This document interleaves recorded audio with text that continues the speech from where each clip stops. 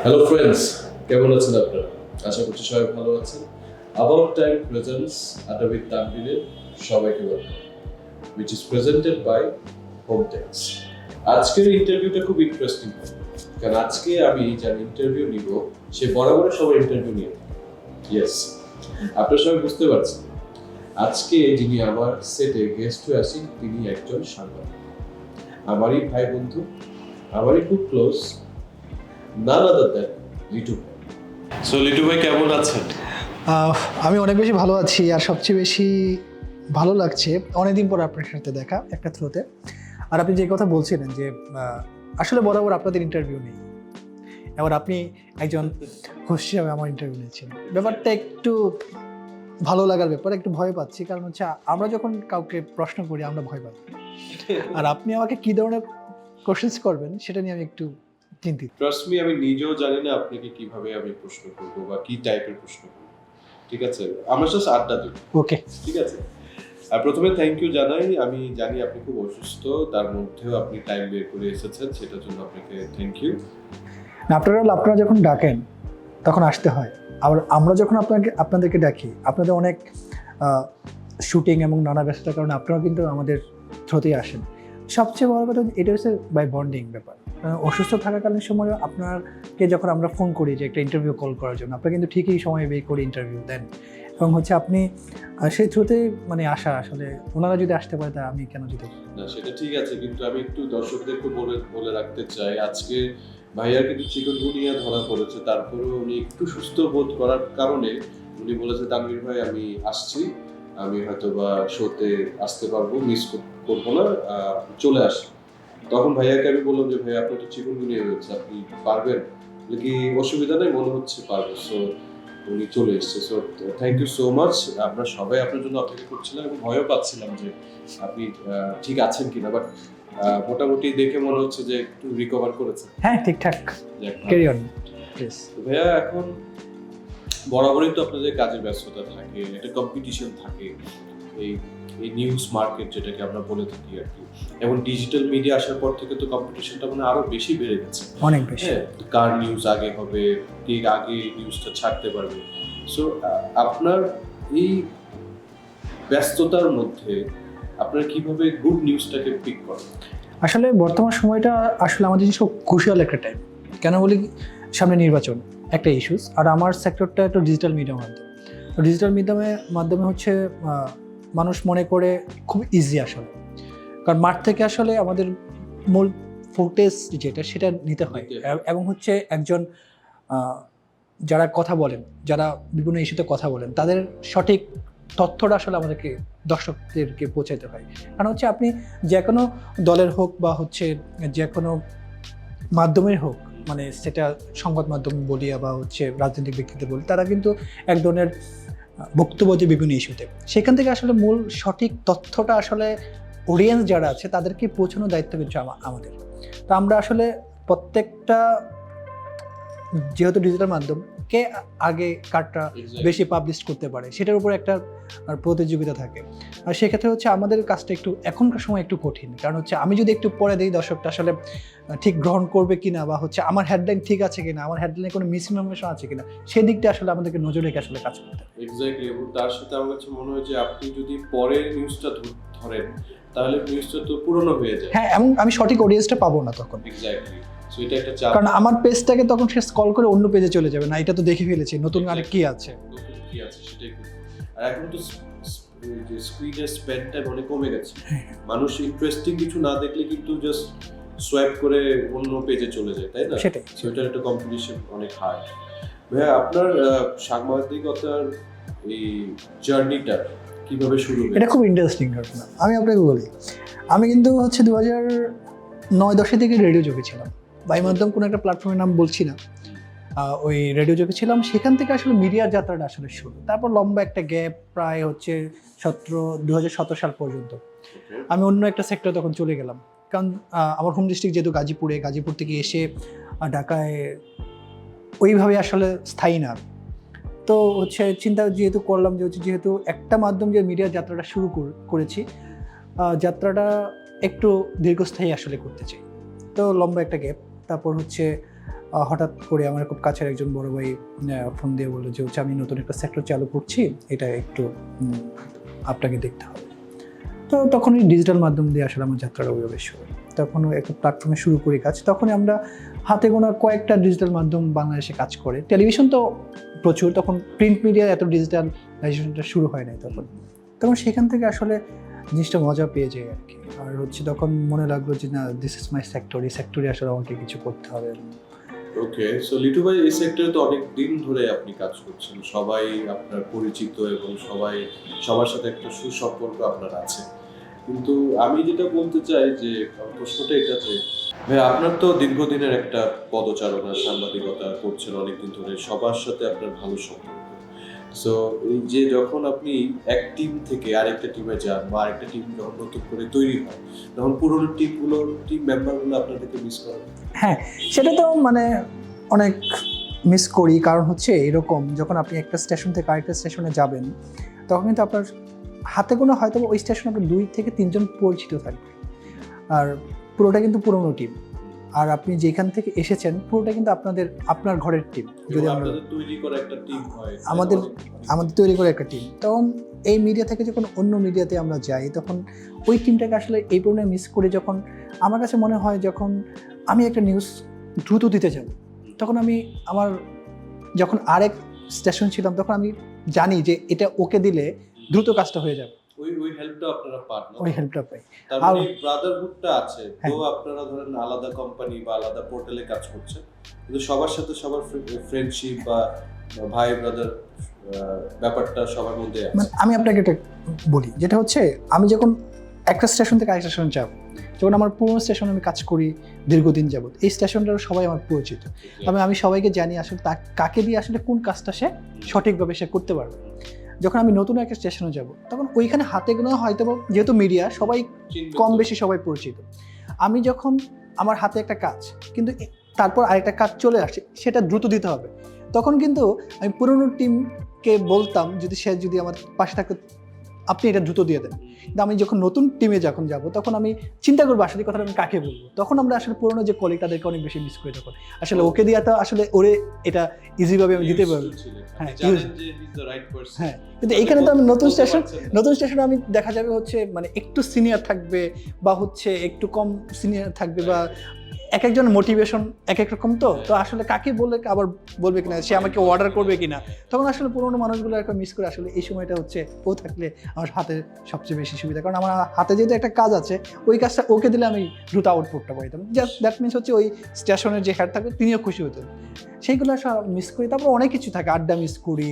তারপর হচ্ছে যখন অফিস শেষ করে যখন নিচে এসে চায়ের আড্ডা দিই, কাছের মানুষগুলো যারা একসাথে বসে কলিগসরা চা খেতাম, আড্ডা দিতাম, অনেক কিছু আসলে মিস করি। আসলে পুরোনো জিনিসগুলো আসলে নতুন স্টেশনগুলো আপনি এটা মিনিমাম 1 বছর আপনার একটু মনে পড়বেই ওদেরকে।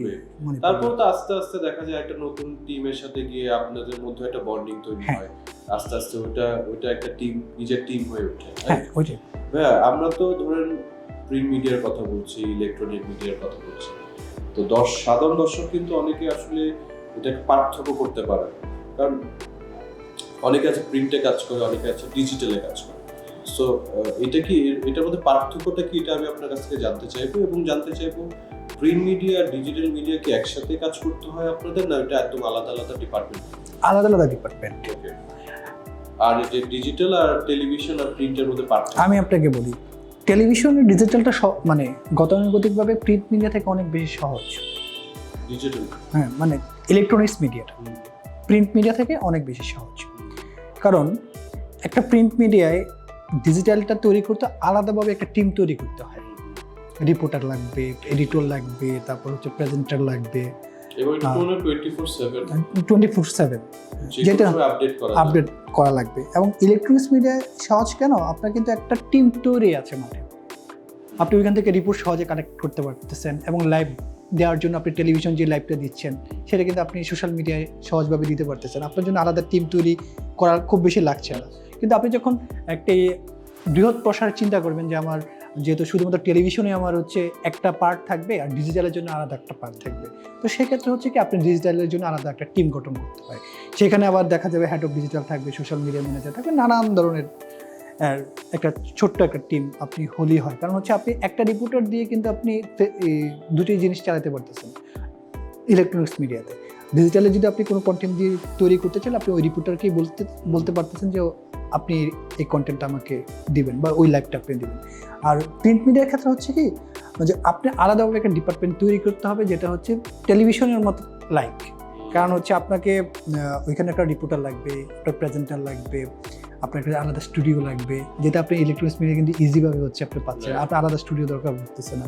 এখানে আপনার সোশ্যাল মিডিয়া ম্যানেজার লাগবে, আপনার লাগবে হচ্ছে হেড অফ ডিজিটাল লাগবে, তারপর লাগবে হচ্ছে আপনার কন্টেন্ট ক্রিয়েটর লাগবে, নানান আঙ্গিকে একটা টিম আপনার আলাদাভাবে তৈরি করতে হবে। কিন্তু এই কারণে কঠিন, যখন আপনি প্রিন্ট মিডিয়া থেকে যখন আপনি ইলেকট্রনিক্স মিডিয়ায় যাবেন তখন আপনার জন্য ইজি হয়ে যাবে, কিন্তু আপনি যখন ইলেকট্রনিক্স মিডিয়া থেকে প্রিন্ট মিডিয়া আসবেন তখন আপনার জন্য কঠিন। কারণ হচ্ছে কি আপনি তো জানেন ব্যাপারটা, কিন্তু এখানে আসলে কী ধরনের এক্সিকিউশন করার টিমটা একটু পুরো প্রসেসটাই ডিফারেন্ট। কারণ আপনি হচ্ছে রেডি জিনিসটা আপনি পাচ্ছেন।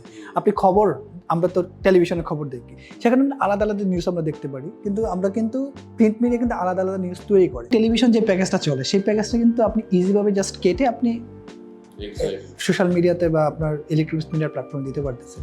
আর পত্রিকা বা প্রিন্ট মিডিয়ার ক্ষেত্রে বলে আপনাকে আলাদাভাবে প্যাকেজ তৈরি করতে হচ্ছে, ঘটনার পিছনে ঘটনা তৈরি করে তারপর আপনাকে রেডি করে তারপর আপনাকে সোশ্যাল মিডিয়া আপনাকে দিতে হচ্ছে। এটাও হচ্ছে লটস অফ ওয়ার্ক মিটু ভাই। কিন্তু এই যে এত কর্মযোগ্য, এত কঠিন আপনাদের টাস্ক, নিশ্চয়ই এগুলো এত কম্পিটিশন, নিশ্চয়ই এগুলোর অ্যাওয়ার্ডও আপনারা পান, স্বীকৃতিও আপনারা পান। তো রিসেন্টলি আমি জানতে পেরেছি বা আমি জানি যে আপনি একটা অ্যাওয়ার্ড পেয়েছেন, সেটা সম্পর্কে যদি একটু আসলে এটা যে অ্যাওয়ার্ডটা সেটা হচ্ছে মানে প্রতিটা অ্যাওয়ার্ড আসলে ভালো লাগার ব্যাপার, তো কারণ আপনি নিজে অনেক অ্যাওয়ার্ড পেয়েছেন, আপনি আপনার অনুভূতি আসলে আমি বোঝানোর জন্য বুঝতে পারছি। বুঝতে পারছেন। তো আসলে অ্যাওয়ার্ড পাওয়ার প্রাপ্তির ব্যাপারটা ভালো লাগে, কারণ ডিজিটাল মিডিয়ায় অ্যাওয়ার্ড আসলে এখন অ্যাওয়ার্ড নিয়ে আসলে অনেক নানা বিতর্ক তৈরি হয় আমাদের ইন্ডাস্ট্রিতে, নানা বিতর্ক তৈরি হয়। কারণ হয়তো ভাবে যে হচ্ছে লিটু হয়তো যে অ্যাওয়ার্ডটা পেয়ে সেটা অন্যভাবে পাইতে পারে, কারণ অনেকে মনে করে যে আমি নিজেকে মনে করে আমি আসলে কিছুই না ডিজিটাল ইন্ডাস্ট্রিতে। তারপর হচ্ছে যে অ্যাওয়ার্ডটা আমাকে দিল, তখন আসলে একটা প্রাপ্তির জায়গা তৈরি হলো, কাজে শিখিয়ে দিল। সেই ওরা দেখে মনে করেছে যে না লিটু এই বিষয়টা প্রাপ্তির যোগ্য, ওরে আমাকে ফোন করে পরে বললো যে আমি আপনাকে অ্যাওয়ার্ডটা দিতে চাই। আমি তখন প্রশ্ন করলাম যে হচ্ছে হয় আমাকে কেন দিবেন? কই না আপনার একটা গ্রহণযোগ্যতা মার্কেটে তৈরি হয়েছে সেই কারণে। আমি আপনার যদি ইচ্ছা হয় আপনাকে দিতে পারেন, কিন্তু এটা নিয়ে যে কোনো বিতর্ক তৈরি হয় না। মানে আপনি যে প্ল্যাটফর্মে আমাকে আমার ছবিগুলো দিবেন বা যখন বলবেন যে কারা অ্যাওয়ার্ড পাচ্ছে, কারা অ্যাওয়ার্ড পাচ্ছে, যখন আপনি সবার ছবি দিবেন তখন আমার ছবি নিয়ে যদি কোনো কারণে আপনি নিজেও কোনো বিতর্ক না হন বা আমি নিজেও কোনো বিতর্কিত না হই, সেখানে তারপর দেখলাম যে ঠিক আছে, মানে একটা ফটোগ্রাফি এজেন্সি থেকে আসলে দেওয়া হয়, ওরা একটা অ্যাওয়ার্ড প্রোগ্রাম ফ্যাশন রানওয়ে নামে, ওরা ওইখানে বাংলাদেশের সংস্কৃতি অনেক তুলে ধরা হয়েছে। আমি সরাসরি ছিলাম ওখানে, কারণ ফ্যাশন ক্যাটালগ যা হয় আপনি নিজেও মডেল আপনি জানেন কীভাবে কাজ হয়, ভালো লাগছে আর কি। ভালো, কারণ আমার মনে হয়েছে যে আপনাদের সেক্টর থেকেও কিন্তু যারা এতদিন ধরে অবদান রেখে যাচ্ছেন, আজকে আপনি পেয়েছেন, কালকে হয়তো বা আরেকজন আমাদেরই ভাই ব্রাদার পাবে। সো এটা না ইন্সপিরেশন, একটা মোটিভেশন আরো ভালো ভালো কাজ করা, তাই না? সো আমার কাছে আসলে ব্যক্তিগতভাবে ভালো লেগেছে, কারণ আপনি অনেকদিন ধরে আসলে আমাদের সাথে মানে আমার সাথে পার্সোনালি জড়িত, আমার সাথে একটা ভালো বন্ডিং, ইভেন অনেক আর্টিস্টদের সাথে আপনার ভালো বন্ধুত্ব। সো আমার পার্সোনালি খুব ভালো লেগেছে। আর ভালো কাজে আমি একটা কথা বলে রাখি, এখানে আপনি কিন্তু আমাকে টেক্সট করেছেন মেসেঞ্জারে যে ভাই ভালো লেগেছে, কাছে মানুষ কিছু পেলে আসলে ভালো লাগে। আমি খুব প্লিজড, আমি আপনাকে সেইভাবেই আসলে সম্মানটা করি, কারণ আমি যদি আপনাকে সম্মান করি আপনি আমাকে সম্মান করুন, কারণ সম্মানটা ধরে রাখতে চাই আসলে। মোস্ট ওয়েলকাম লিটু ভাই। আরেকটা জিনিস বলতে চাইবো যে ধরেন আপনার ক্যারিয়ারে এত বছর আপনি সাংবাদিকতার সাথে আছেন, কখনো কি মনে হয়েছে যে একটা টিম আপনি নিজে রান করবেন, মানে একদম টপ মোস্ট লেভেলে, বা আমরা কখন আপনাকে ওই জায়গায় দেখতে পাবো, এরকম কোনো কি চান্সেস আছে কিনা? আসলে জানবি ভাই, আমি আপনাকে একটা কথা বলি, আমি ইন্ডাস্ট্রিতে যখন আসি কাজ করি, প্রত্যেকটা মানুষের একটা স্বপ্ন থাকে। আমাদের এত টেলিভিশন, এত প্রিন্ট মিডিয়া, এত ডিজিটালাইজেশন জায়গা, নতুন নতুন প্ল্যাটফর্ম আসতেছে, আমরা সবাই দেখতেছি। আমারও তো ইচ্ছা আছে যে না আমি একদিন ওই Lead লিড দিব এবং হচ্ছে আমার প্ল্যাটফর্ম হবে একটু ভিন্ন, যে সবাই একটু চিনবে, সবাই একটু জানবে। আমি কিন্তু আসলে আমার স্বপ্নের জায়গাটা একটু আলাদা। আমি একটু যদি শেয়ার করি। স্পোর্টস, এন্টারটেনমেন্ট এই দুইটা নিয়ে থাকবো। কারণ আমি পলিটিক্সটা খুব বেশি একটা ভালোবাসি, খুব বেশি ঘৃণা করে ব্যাপারটা না। একটা দেশ যারা চালাবে তারা দেশের মতো করে দেশ চালাবে, হ্যাঁ। আর আমার চিন্তা হচ্ছে যে আমি যদি কোনো দিন আমার ইচ্ছা আছে, সত্যি আপনার প্ল্যাটফর্মে আমার ইচ্ছা আছে আমি নিজে একটা প্ল্যাটফর্ম তৈরি করা, সে এখন হোক বা 5 বছর পরে হোক, আমার প্ল্যাটফর্ম থেকে স্পোর্টস আর এন্টারটেনমেন্ট এই বাইরে এই দুটোই বিট করবো। এবং সেটা হচ্ছে অন কাইন্ড অফ এমনভাবে বিট করতে চাই যে হচ্ছে একটা প্ল্যাটফর্ম যাতে মিনিমাম তো একটা সময় লাগে, যে আপনি যদি রাস্তায় কখনো আমার সাথে 5 বছর পর দেখা হয়, লিটু ভাই আপনার প্ল্যাটফর্মটা আমরা দেখি, চোখে ভালো লাগে। ডেফিনেটলি আপনার মানে যে স্বপ্নের প্ল্যাটফর্ম সেটার জন্য অবশ্যই আপনাকে শুভকামনা আমার তরফ থেকে, সবসময় দোয়া থাকবে। অ্যান্ড এভাবেই কাজ করে যান, এই দোয়া। লিটু ভাই, আমাদের আরেকটা সেগমেন্ট আছে উইচ ইজ র্যাপিড ফায়ার্স। আমি ঝটপট কিছু প্রশ্ন করবো আপনাকে, আপনি ঝটপট উত্তর দিন। আমার প্রথম প্রশ্নটা হচ্ছে, আপনাদের নিউজে যেগুলো ভাইরাল হয় সেগুলোই কিন্তু ক্লিক বিট বলি, বা সেগুলোতে মানুষ ক্লিক করে, হ্যাঁ। সো সবাই দেখি ভাইরালের পিছনেই ছুটছে। সো আপনার কাছে আমি জানতে চাইবো, আপনি কোনটাকে প্রেফার করবেন বা করেন, ভাইরালিটি নাকি অথেন্টিসিটি? সত্যি কথা বলতে গেলে এখানে আপনার দুইটা প্রশ্ন, ঝটপট উত্তর দেওয়ার একদম মানে ঝটপট উত্তর দিতে পারবো না এটার। কারণ হচ্ছে আমি আপনাকে বলি, আপনি ক্লিক বিটের জায়গায় সোশ্যাল মিডিয়া যেহেতু আছে, আপনি প্রতিযোগিতা আপনি ক্লিক বিট ইউজ করবেন, তবে সেক্ষেত্রে আপনার অথেন্টিসিটি সেটা চেক করেই আমার কাছে হচ্ছে চেক করে তারপর হচ্ছে আমি পাবলিশ করি। সঠিক।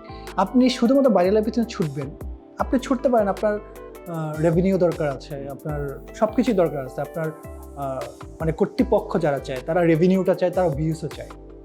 ডিপেন্ডস করে আসলে কর্তৃপক্ষের উপর, মানে সেটাও না, কর্তৃপক্ষ বাদ দিলাম, কিন্তু আপনার সাংবাদিকদের যে এথিক্স, মানে অথেন্টিসিটির জায়গাটা যেটা বলি, সাংবাদিকের যে এথিক্সটা ঠিক রেখে ওকে ফাইন, আপনি করতেই পারেন। কিন্তু আপনি গেলেন হচ্ছে ময়মনসিং, কিন্তু সেটাকে ঘুরিয়ে যদি আপনাকে বলি যে না, তানভীর ময়মনসিং গিয়ে পড়ে গেছে, সেটা করতে চাই না, কিন্তু আপনি সঠিকভাবে ময়মনসিং গেছেন, আমি সেটাই করতে চাই। আচ্ছা, আমার সেকেন্ড প্রশ্নটা হচ্ছে, ধরেন অনেকের নিউজ তো আপনারা করেন, সো আসলে এই নিউজগুলো আসলে আপনারা কি দেখে করেন? মানে আপনারা নিজেরা রিচ আউট করেন তাদের কোনো কাজ দেখে, নাকি তারা আপনাদের কাছে রিচ আউট করে, কিভাবে হয়? সেটা দুইভাবেই হয়। আমরা আর্টিস্টদের কাছে যখন ইন্টারভিউ নিই, যখন আর্টিস্টটা বলে নতুন কি কাজের খবর, তখন হচ্ছে আর্টিস্টের ডিটেলস আমাদেরকে বলে, ভাই আগামী সপ্তাহে এই শুটিং এই নিয়ে আমরা ব্যস্ত আছি, এই নতুন কাজ আছে। এটা হচ্ছে একটা পার্ট। আবার অনেক সময় আর্টিস্টরা আমাদেরকে ইনবক্সে বলে, ভাই নতুন কাজ আসছে আগামী এই সপ্তাহে, চাইলে আপনি নিউজটা করতে পারেন। Two way communication. 3 নম্বর, প্রায়োরিটি ওয়াইজ আপনারা কিভাবে এটাকে সাজান? যে একটা তো হচ্ছে আপনার ব্রেকিং নিউজ, তারপরে হচ্ছে ধরেন আদার্স যে নিউজগুলো আছে, সো কিভাবে সাজান এটা দর্শকদের উদ্দেশ্যে, তারা যদি জানতে চায়? দেখেন, আমাদের তো আসলে শুধু ব্রেকিং নিউজ সেটা তো একটা পার্ট, সেটা সারাদিনে ঘটনা ঘটতে পারে না ঘটতে পারে আজকে সারাদিন। আরেকটা বিষয় হচ্ছে আপনাদেরকে আমাদের অনেকগুলো ক্যাটাগরি থাকে, জাতীয়, ইন্টারন্যাশনাল, লাইফস্টাইল, বিনোদন, স্পোর্টস।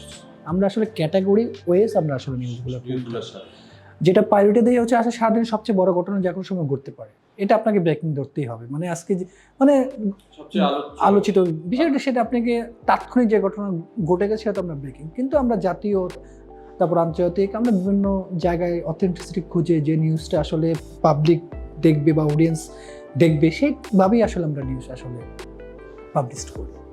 লিটু ভাই, এরকম কোনো সিচুয়েশন তৈরি হয়েছে যে নিউজ করতে গিয়ে আপনি একদম দেখা যাচ্ছে অপ্রস্তুত হয়ে গেছেন? নিউজ করতে গিয়ে আসলে অনেক সময় আমাদের অপ্রস্তুত হতে হয়, কারণ আমরা চিন্তা করি, যখন আমরা কিবোর্ডে লিখি অনেক ধরনের শব্দ তৈরি হয়।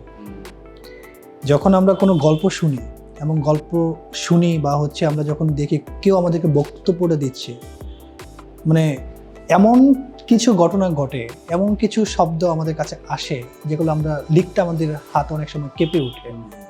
কারণ কারণ হচ্ছে আমাদের আসলে নানান ধরনের কাজ করতে হয়, কখনো হাসির কাজ করতে হয়, কখনো কান্নার কাজ করতে হয়, কখনো উল্লাসের কাজ করতে হয়, কখনো উদযাপনের কাজ করতে হয়। আমরা যখন বাংলাদেশ জয়লাভ করে তখন আমরা উদযাপন করি, আজকে বাংলাদেশ জয়লাভ করেছি। আবার যখন কেউ মারা যায় রোড অ্যাক্সিডেন্টে, দেখা যায় এরকমও টেক্সট লিখতে হয়েছে যে হচ্ছে 4 বছরের বাচ্চা ছাড়া পৃথিবী থেকে সবাই চলে গেছে রোড অ্যাক্সিডেন্টে। তখন কিন্তু আমাদের আঙ্গুল কিবোর্ড আমাদের কাজ করে না, আর আমাদের হাত লিখতেও কষ্ট হয়, কারণ আমরা তো হিউম্যান বিং, আমরা তো মানুষ। আবার এমনও সময় আছে যে এমন কিছু ব্রেকিং চলে আসে যখন রাত 2টা বাজে আমাদেরকে লিখতে হয়, তখন কিন্তু আমাদের অফিস আওয়ার নাই।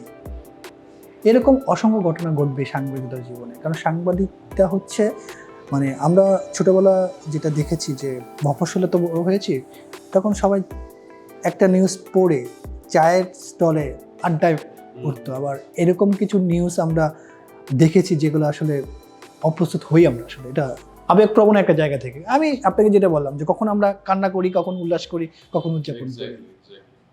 না, খুবই সুন্দর কিছু উত্তর পেয়েছি, এবং তার সাথে আমি এটুকু বলতে চাই যে সাংবাদিকতা আমাদের ওয়ান অফ দ্য পিলার, আমাদের পুরো সোসাইটি যে 4টা পিলারের মধ্যে দাঁড়িয়ে থাকে তার একটা পিলার তো অবশ্যই সাংবাদিকতা। So hats off to you Litu ভাই for whatever you are doing very great, এবং এভাবেই কাজ করতে থাকেন, এভাবেই সবার ভালোবাসা পেতে থাকেন, এই দোয়াই রইল। আমার শোতে আসার জন্য ধন্যবাদ। থ্যাংক ইউ অ্যাবাউট টাইমস ইভেন্টকে আমাকে আমন্ত্রণ জানানোর জন্য। আর দর্শকের উদ্দেশ্যে একটা কথা বলতে চাই, আমরা যারা ক্যামেরার পিছনে থাকি তারা আসলে সবসময় ক্যামেরার পিছনে থাকতে পছন্দ করি।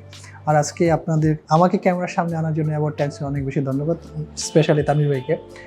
আর যে যেখানে থাকবেন সবাই অনেক বেশি ভালো থাকবেন, আর আসলে রুচিশীল জায়গাটা আসলে বেশি খেয়াল রাখবেন। আমরা এখন ক্লিক বিটের জায়গা, আসলে সোশ্যাল মিডিয়ায় যুক্ত, আমরা আসলে অনেক কিছু দেখি। আমার জায়গা থেকে আমি চেষ্টা করি সঠিক সাংবাদিকতাটা করতে, সেটাই করতে চাই। আমার জন্য দোয়া করবেন, আর আপনারাও সাংবাদিক শব্দটাকে সবাই বেশি মূল্যায়ন করবেন। অনেক বেশি ভালো থাকবেন, হয়তোবা দেখা হবে অন্য কোনো প্ল্যাটফর্মে। সেই শুভকামনা রইল। থ্যাংক ইউ এভরিওয়ান, সবাই ভালো থাকবেন, সুস্থ থাকবেন, আল্লাহ হাফেজ।